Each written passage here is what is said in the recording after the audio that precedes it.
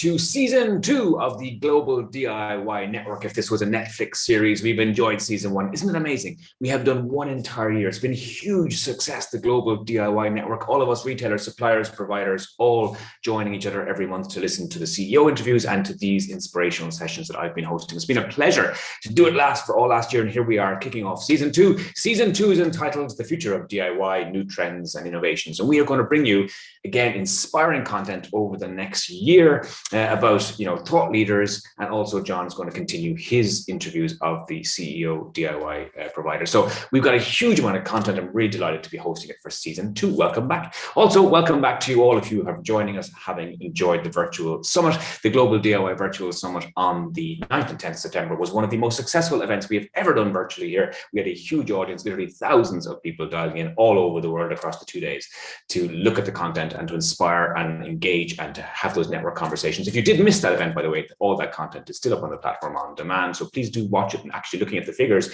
every day people are still consuming that content, even though it's nearly a month ago now, just shows you how good that content was. So please do dip back into it if you missed any of it. Anyway, it's my pleasure to be, as I said, hosting the second series, and I hope you join me every month to be inspired and to enjoy the conversations among the peers. This is one of the best and one of the most successful industry association platforms that's been built in the last year. Built maybe because we had to during the pandemic, but now it's really come into its own, and the conversations between retailers and suppliers and providers that happen every single month on this platform are amazing. So do take the time, by the way, to have a little hunt around the platform. If you just kind of log on here and watch the videos every month, there's a lot of extra content on this platform, so do go and have a look.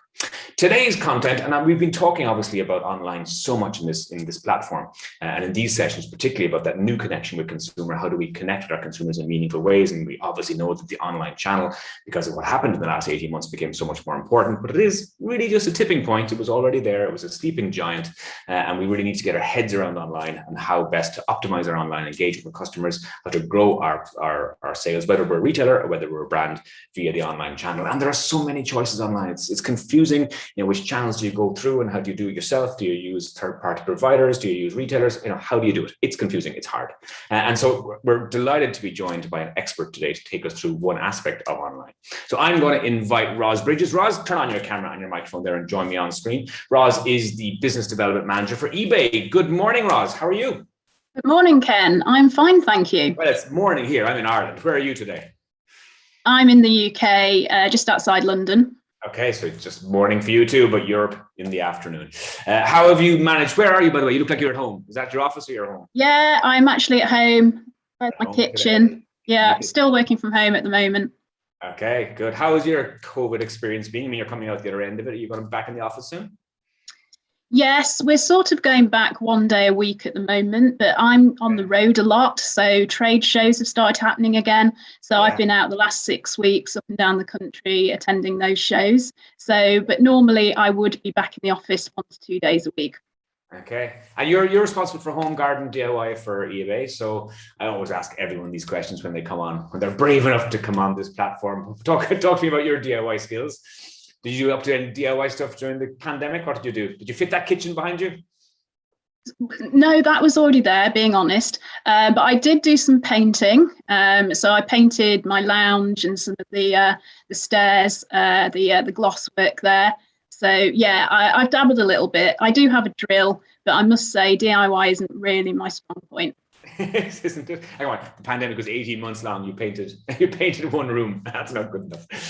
Anyway, listen, we're going to dive into your content. So I'm really delighted to have you with us. Thank you for taking the time. I mean, as I said in the intro, there online is confusing, and obviously with eBay, I think a lot of people have a very particular view of what eBay is. It's where I go to buy some jewelry, or it's where I go to sell something that I don't want in my garage. And so it's so much more. So I think it's great to have you with us, and great to have you take us through the eBay marketplace and the models that you give. So what I'll do, let me hand it over to you. You do your content, and then we'll maybe have a chat. Anyone who's watching, by the way, live, please do give us questions as Roz talks, and we'll have a good Q&A piece afterwards. And if you're watching it on demand, well, you missed your opportunity to ask a question, didn't you?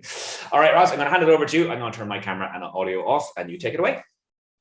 Brilliant, thank you. I'm hoping everyone can see that screen there. So yes, as Ken said, I work in acquisition for Home and Garden, which covers any category within Home and Garden, obviously, including decor, bathrooms, DIY, garden, cookware, etc.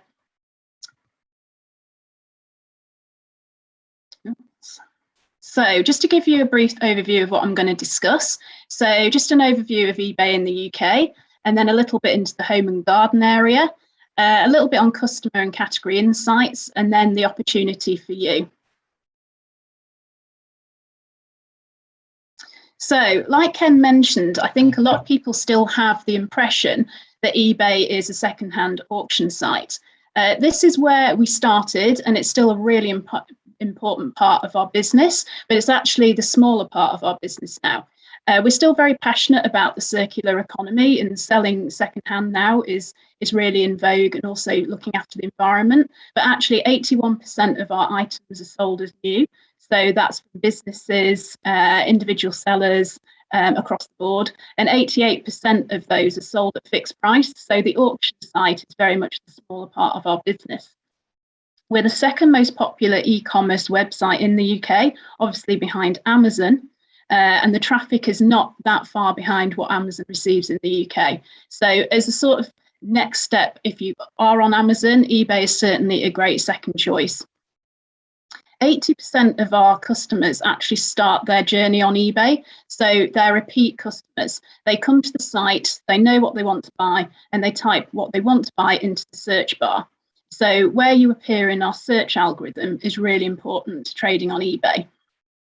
As far as customers go, we have 29 million active buyers. So active means they actually purchase something at least once a month.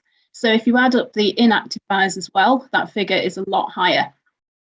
We actually know we reach 54% of UK internet users, and we actually think that could be higher because we know one person in every household on average has an eBay account, and they tend to share their login details with their partner or their family. So we actually believe that figure is to be larger than that. So just a bit about eBay. We are actually a marketplace. So we don't actually share or own any stock. We're just a platform where you can reach our customer base. You list your product yourself or through a third party, and we have nothing to do with your range or your pricing. So you can list what you want when you want.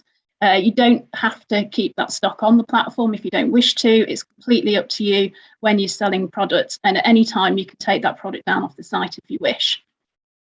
So we really are there for you to gain new customers from our high reach. Like I say, one in every household has an eBay account. So there's not many ways you can get your product in front of so many new customers. So we also can help you sell your products internationally as well. Admittedly, this has become a little harder due to Brexit now, but we have different fulfillment options to help you with that, including our own global shipping program, which can help you get your product to the customers in various different European countries without you having the risk of that product getting lost. We also have a suite of self-service tools. So once you've got your listings and your inventory onto the platform, you can optimize and scale in various different ways, which I would take you through as an acquisition manager. So just a bit about what we've been working on, or what I've been working on in the last couple of years. So we actually work with a lot of big name brands, and that can be either just a brand, a manufacturer, a wholesaler, but also retailers are on the platform. So this is just a handful, just a small selection of some of the brands that we work with on the platform. So they're either on directly, selling directly to consumer, or through a third party. So for example, Dreams Beds. I'm not sure if you're aware of all these types of businesses from UK based, but Dreams are a very big furniture seller and also a retailer. Toolstation, you may know, is the biggest DIY distributor, builder's merchant in the UK. We also have Argos, a key partner, and AO is an online electronics company that we work with. But there you can see we have brands across many different categories within home and garden, so furniture, bath, DIY tools, DeWalt, etc., garden products like Hoselock, and this list gets longer and longer by the day. There's a lot of interest now about getting more products online, and specifically within marketplaces. So a lot of brands ask, how can I keep my brand looking like my brand on eBay? So once you're on the platform, you can control how your brand looks. So a lot of our traffic and more than 50% of our sales now go through the mobile experience. So also optimizing your listings in your store for mobile is really key. So those screenshots there showing examples from Currys, Tesco and Toolstation on how they've branded up their stores on there. Obviously, you can't have too much going on in the way of content there, but what you can have is your branding, your colour schemes, and then you can select how you want to display your products by category, etc. You have full control of that. Again, we have companies that can help you set up the layout and advise you on how best to do it. But that's just an example of how you can keep your branding. So you can have that looking like your own retail store pretty easily within the platform. So just a little bit more about Home and Garden, where DIY sits. We also have Business and Industrial, which is more the real trade products, so building materials, etc. But Home and Garden itself has 6.9 million registered unique visitors a week who are looking just for DIY products. And DIY and trade categories are the fastest growing on eBay. They actually have been since before lockdown. So building materials especially were always up 100% year over year before we even hit lockdown, in which case it then went mad. And it was a case of, can we get enough inventory to fulfill the demand that we have? And we know in general we don't have enough inventory. Tools is fairly saturated, but other categories really aren't. And this is why I'm here, to try and find that product and get that product to the customer.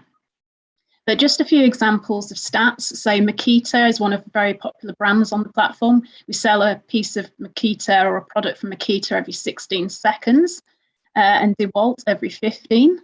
And a DIY product sells every 12 seconds, which just goes to show how much traffic we have on the site.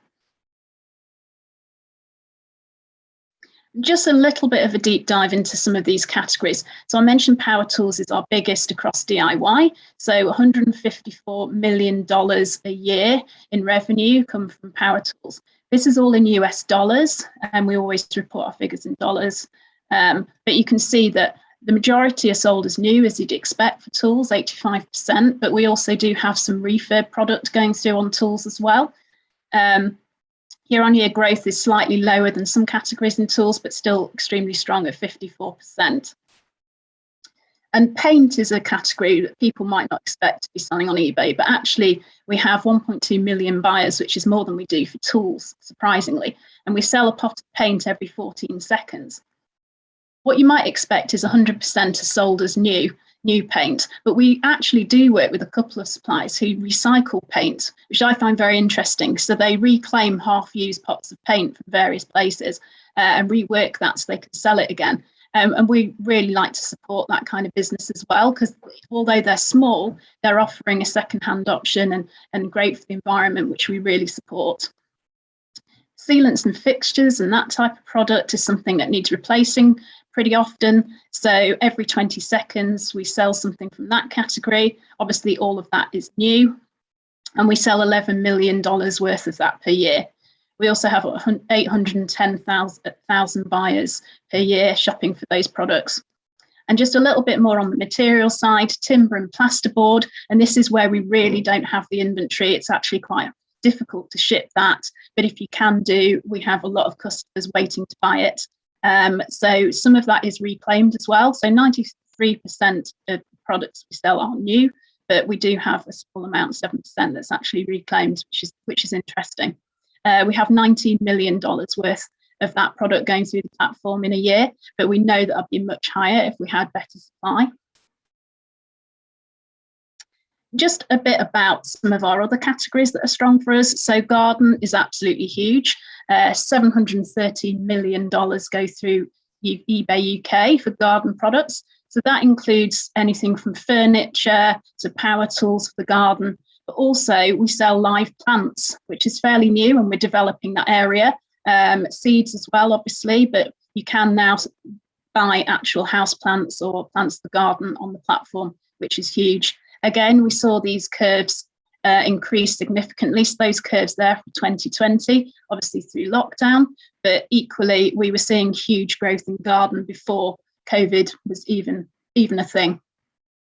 Lighting is consistently a big category for us as well. $99 million goes through on lighting. So that's lighting fixtures and bulbs, etc. Bathrooms as well, so quite closely linked with DIY.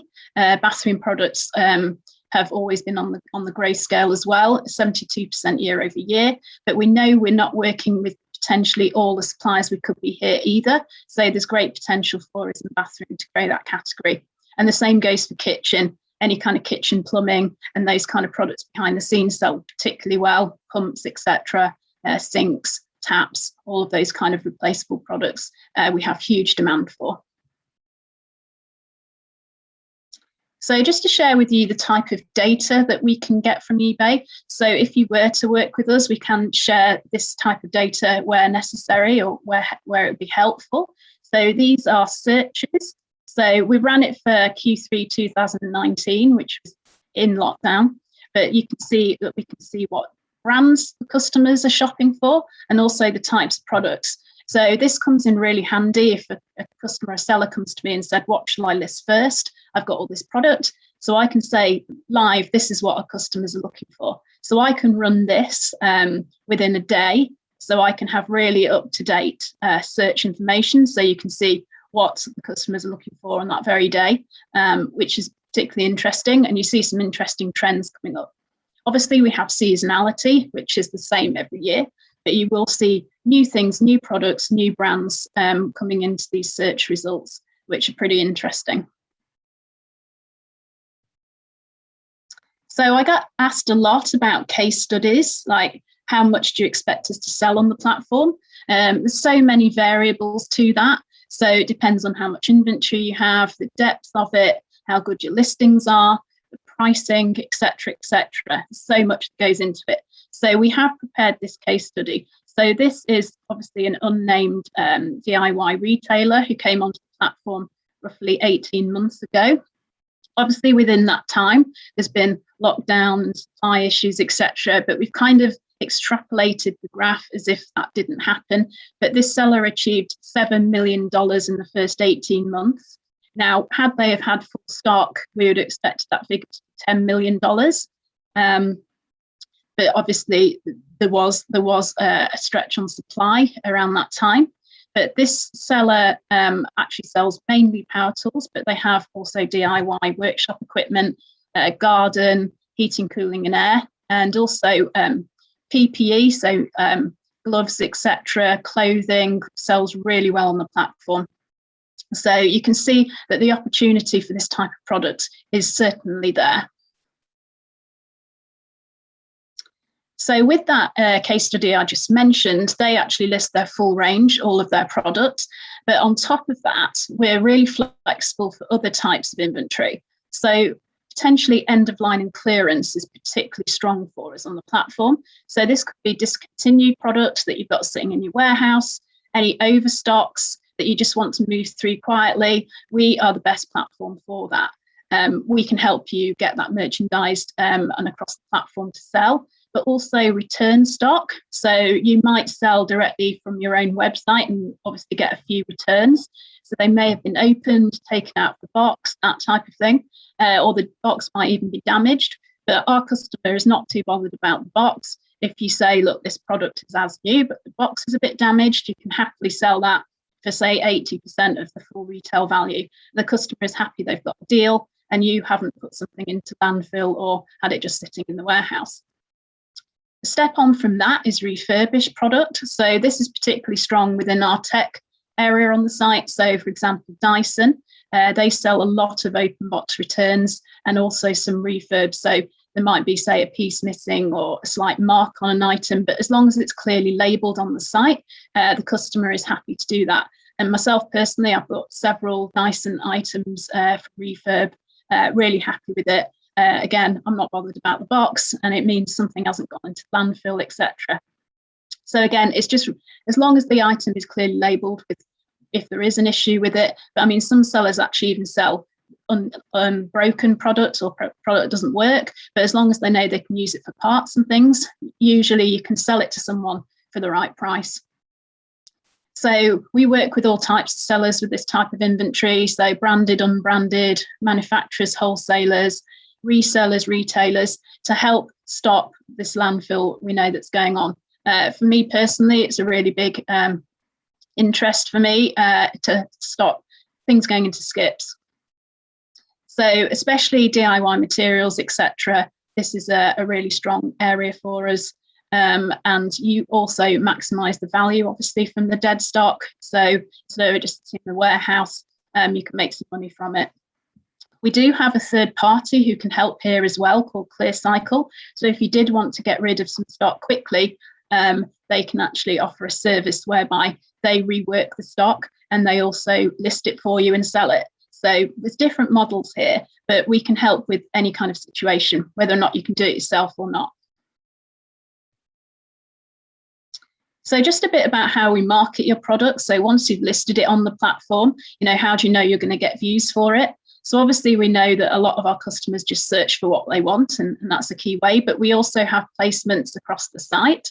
So we have a trade hub, which I'll show you just in a second, but we also promote obviously stock inventory on our promoted social channels. So YouTube, TikTok, Instagram, Facebook, etc. And we always running adverts. So they're more general, not about particular products, but we run TV adverts pretty much consistently. Also radio ads. We work with Capital, etc. And on the sites, you can have placements. So we have stores that I mentioned, but also you can get placements on the home page. And our second most traffic page after that is our deals page. So marketing placements across those. We also have a specific home and garden landing page as well. So all of these things direct more traffic to your product. So like I mentioned, we do have a trade hub. So we have identified that we have 500,000 trade customers. So we know they're trade customers because they buy these types of products more than the average DIYer would. So multiple purchases per month. We also know that our customers generally have a few people working for them, so small businesses, etc. So with this in mind, we are rolling out more functionality for these types of buyers. So here you can see our landing page for the Trade Hub. So on the left, you can browse by category, and also the biggest selling categories have their own tile there at the top. You can also shop by trade. So if you're a plumber or an electrician, you can shop that way. And then at the bottom there, we put any of the, the best promotions from that week onto that page as well. So we direct traffic to this from various different spots across the site to get, again, some more exposure for your product. Here's just an example of one of our retailers on the platform, Toolstation, just some of the types of promotions that we run with them. There's no actual charge for the slots, and these will get promoted across our emails, etc., that we send out to our customers weekly. Again, no charge, but they need to reduce the price by some degree or offer some kind of free product to the customer to make that worthwhile. But these are very successful. So we can work based on your promotional calendar. We're pretty flexible about that. You can have as many slots as you wish or as few as you wish. So yeah, we're pretty flexible when it comes to running promotions such as this. So we know sometimes we need to fit in with what you're doing elsewhere and on your own website.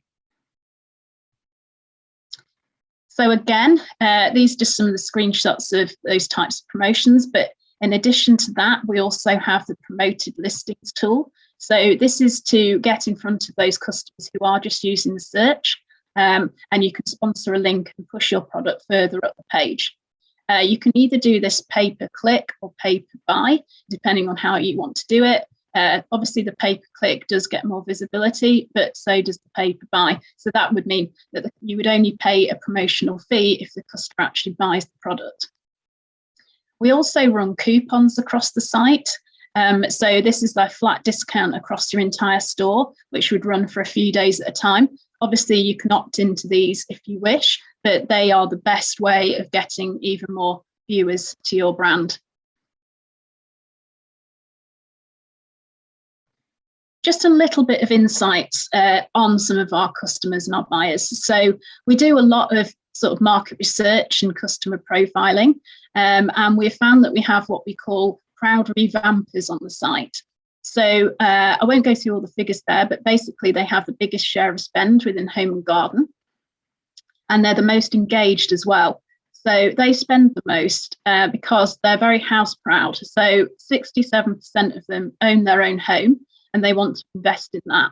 So that being across the interiors, like home decor, but also in their gardens as well. And that it does include DIY projects.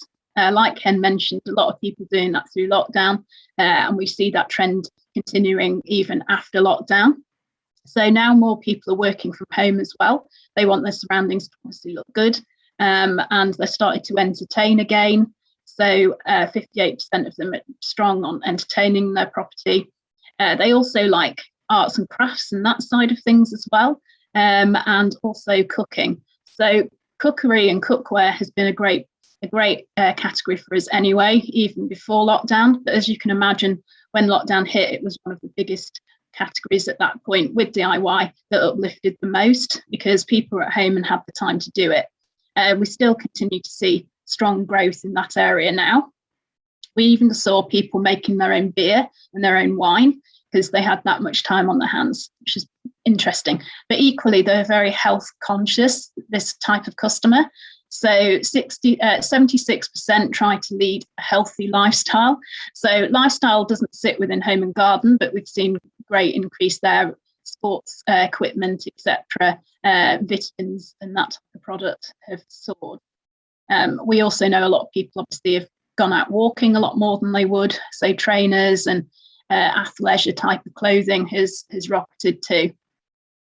So they're also very detail orientated, these types of customer. So they want good product and they want branded product as well. And they're willing to pay more for it. And these customers have a value to us of 7.1 million, and that's actually pounds a year. So we expect them to keep spending, and their income is actually going to increase in the next year. So they'll have even more money to spend. They like to update their home regularly as well. So we think, well, they've done it within lockdown, but if they did it at the beginning of lockdown, they might almost be ready to start refreshing again. Especially in January, we see a lot of home decor will start to soar then. So cushions, curtains, etc. They also have a lot of space. So they have the home, but they also have their garden and their outdoor space. And we're seeing that outdoor living is becoming a lot bigger than it's ever been before. They also like to shop as well. So they're the kind of person you can put product in front of and they'll have an impulse buy, which is obviously great for our deals pages, etc. And they're also really likely to recommend brands and what they've found to friends and family as well. So they might discover your brand they've never used before on our platform, and then will continue to be an advocate of your brand going forward. So just a bit about the onboarding. So my role is to help you through the process, so making it as seamless as possible. So you might not have traded on a marketplace before. So we help by having an integration manager working alongside myself, who can look at how your account is set up, how your brand's set up, how you sell to your customers, and how you can actually integrate with our platform to make it easier. So there's certain bits of software that can help with that. So we work closely with all of these companies and can be there to help you with this integration. So Varlo, Pentagon, Channel Advisor and Linworks are all middleware solutions. So they can manage different traffic coming into your website and out again, making sure any orders you're getting from across different marketplaces and your own website potentially all pick from the same stockpile, also manage your orders, etc. through those pieces of software. We also work with many companies, third parties who offer different services as well. So you might want to optimize your listings, which we'd recommend. We help with that. So that basically means you've got all the information on those listings that needs to be there, then aspects, item specifics about those products, such as brand, color, size, and any technical information. So there are companies that help with that. We also can help with that as well. You might be running your website off Magento or Shopify, in which case we have various plugins such as InkFrog that can make that seamless transition onto the eBay platform. You might want a listing template or a storefront created for you, And we work with a company called Fruition who do a really nice job of that as well. So we can recommend where needed any of these companies and introduce you. Also, if you don't have direct consumer capabilities, we have many companies that can offer that support as well. So we work with a company called Sprint who have warehousing and pick, pack and dispatch for you. We have Excess Items who do a full end-to-end service, which includes the listings, order management, pick, pack, dispatch as well. And the same goes for Rex Brown, who is another company we partner with. But interestingly, this year, for the first time ever, we actually got our own website, our own warehouse, for eBay, so fulfillment center. We don't actually own the stock in there, but it's a bit like an Amazon FBA model. So you can put your stock in there and we pick, pack and dispatch for you. You still control everything else, such as the listings, but as far as the logistics part goes, we take that on from our side. So just a bit about how that launch would look. So the eBay partnership would start at the beginning. So I'd have a call with you or two, talk you through the steps of integration, introduce an integration manager to the project as well. We'd plan out how that was going to look and a launch plan. We'd then go live, and then we would introduce you to the relevant members of our trading team. So our trading team are category managers. So we have one in DIY and one in trade product. So whoever's relevant there would then take you forward with all the promotions, etc., and sort of hold your hand through the next steps once you've got your stock live on the platform. So the next steps would be to contact me directly. So rbridges@ebay.com. Would just send me an email and then we'd arrange the call to discuss the next steps. And then, as I said on the last slide, the integration team would then get involved. We'd create a project plan, go to launch, you'd have your launch support, and then you get into the trading. So that's it from me. Thank you very much. Okay, thank you very much, Charles. That was great. You're a brave person to put your email up on a screen. I always think, oh, what fun could happen now in terms of spam? Let's all send you random things. No, that was great. That was great. I mean, listen, the chat's gone live there with questions, so we've loads of stuff to get through. I've taken some notes myself, but let's jump into some people's questions that popped in. By the way, if you're watching live, the question box is, I think, down here somewhere, over here on this side. So pop me a question and it'll pop through to me here on the chat box. So Michael was first off asking about demographics for young people. It's a very good point, actually. So in the DIY industry, lots of evidence that the number of projects being done are increasing by young people. So the younger demographic doing more DIY in their lives, which is wonderful. Question in terms of your demographics and of eBay users. So when you're talking about users and unique users and 7 million a week, do you, and this is going to be off the top of your head, I know, any idea of demographics of those users? So like, have you noticed in the last 2 years a swing towards a younger demographic of eBay users, or what's the average user profile, or any kind of stuff to highlight that? Yeah, I don't know all the figures off the top of my head, but I do know that we do tend to over-index on the younger market, say compared to Amazon. Our market is slightly younger, but we also have older tinkerers, as we call it. So we have also a demographic for the over 50s as well. So within DIY, we are aiming at both of those demographics. We also know that the tradespeople are coming, so as the younger tradespeople are coming through, they're more likely to be shopping online, a lot more than the older generation were. Every time I get a tradesperson in, I ask them, do you shop on eBay? And more they're saying yes now, but they say that all the younger guys that they work with, absolutely all of them will shop online where they need to. Yeah, that makes a lot of sense if you think about it. Like if you're a 22, 23-year-old tradesman today versus a 52-year-old tradesman, their business models and the way they've grown up in the world are so different. So obviously when they need a part, they're going to sit into their van and sort that out immediately digitally on a job. Whereas the older tradesman will still be stuck in that business model of going to the builders providers and getting the thing. So yeah, I hadn't thought about that actually. That whole channel are so different, not only consumers, but those younger tradesmen are so different.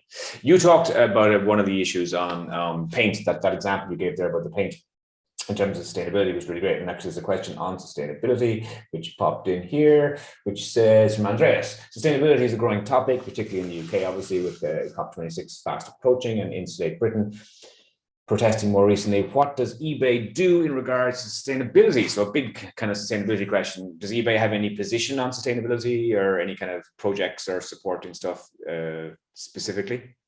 Yeah, we've actually been running a few adverts actually about the sort of circular economy. So encouraging people to sell their secondhand products online. That's a big area for us. And obviously that's where we really started anyway. That's the whole business model. Internally, we have many projects running on how we can make that even better. Obviously around packaging, etc., that our sellers are using. But obviously, because we're not directly shipping ourselves, we have to kind of encourage or support our sellers in sustainability and using the right kind of packaging, etc., avoiding plastics where possible. But we have an eco group at eBay, and we're working through big plans of what we can do across different areas to improve that. Okay. Yeah, I mean, and there's another great question, which actually I like this question, and it's going to be a difficult one for you to answer, I'm sure, but you probably do have some projects and I have to read it off the screen because it's a big, long question. From Julian, that says a great deal of products sold through online marketplaces are non-compliant and sometimes can even be dangerous. So a recent study by which the British Consumer Association reported that a staggering 66% of the 250 products bought online marketplaces like AliExpress and Amazon Marketplace, including your own eBay and Wish, failed safety tests on arrival. I mean, obviously you're aware of that. It's a big issue in the industry. What do eBay do about that? Obviously, it's not your product you're selling, you're a marketplace. How do you kind of control that or manage it? Yeah, so we have a Vero team, we call them, in Dublin, who look for sort of listings that maybe have stolen images from other places where they're claiming to be a brand and they're not. And that type of thing, we do remove them as soon as we're aware of them. So sometimes people report them. We obviously scour the site ourselves as well, looking for this kind of thing, but it is quite hard to manage it. However, the way we're trying to do this is also to push the authorized sellers up in the search. So if you're a brand, for example, and you see that there's somebody selling something that isn't your brand, we can remove that, but also we can push up the authorized sellers of these brands to the top. So these smaller sellers will not get visibility. And if we're aware of any seller who is selling anything that they shouldn't be or anything that isn't meeting regulations, we'll take them off the platform altogether and they can't relist. There's various ways we can block them from relisting again. So it's not foolproof, but we're doing everything we can to stop that from happening. Yeah, nothing is foolproof in the big bad world of online. Okay, another question from Marco says, do you have any programs or assistance for non-UK based retailers who can see the potential of partnering with eBay UK? So if I'm not in the UK, if I'm a German retailer, or if I'm somewhere else, can I work with you guys? Yes, absolutely, you can. Quite a few of our onboardings are from external to the UK. You need to have your hand held a little bit more, maybe, because some of our systems, if they recognise some things don't match, like somebody logging on for the account is in one country, someone's in another, and the bank account is somewhere else, that will kind of trigger our fraud mechanisms. Again, we're very tight on that kind of thing, but we can put flags on your account and make sure that doesn't happen. So there's a little bit more to it in that respect, but otherwise the same goes for listings. If you need your listings to be translated into a different language, we work with a company called Web Interpret who do a good job of that. So yes, absolutely, we have sellers from all over Europe, America, Australia. Okay, there goes my idea to launder all my millions of money through eBay. Okay, here's a question. One of my own questions. I was listening to your talk when you were talking about, I mean, the branded store piece looks great. The fact that you can put up your logo, your color schemes. I love that idea, because I think for consumers, when they come across a brand or a retail store format that they know and the schemes and the branding looks the same, it just makes them so much more comfortable to press buttons, you know? Because it's a big scary world online. So I love that idea. You can make that look so unique. In that piece you were talking about, you said that, you know, about I think if I heard this right, that 50% of people were mobile using, and that kind of shocks to think that the other 50% weren't mobile. Like, so usually I talk a lot about the mobile first world that we live in today, that everyone reaches for their mobile first, that everyone, no matter who you are, a consumer, a tradesperson, B2B, B2C, that we all kind of reach for our mobiles first. Of any question, any comment, any query in life, our mobile has become our little window to the solution. So I was shocked to see that 50% was low. So are you saying that 50% are still desktop based, that the searches are desktop based? To be honest, it depends on the category. That's kind of an average, but some categories are 70 to 80% mobile.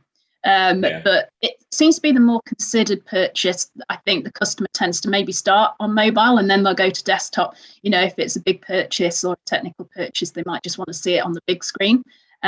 We see a big surge in searches from desktop in sort of first thing in the morning. So we think people just before they log on to work will have a quick shop. Then we see it again at say 5 p.m. So they have a quick shop again, you know, just before they log off. So we know that people are shopping that way. Certainly the figures have sort of gone down on mobile slightly since lockdown, because obviously people do it a lot on the train. So we see, you know, people before 9 o'clock shopping via mobile and again on the way home.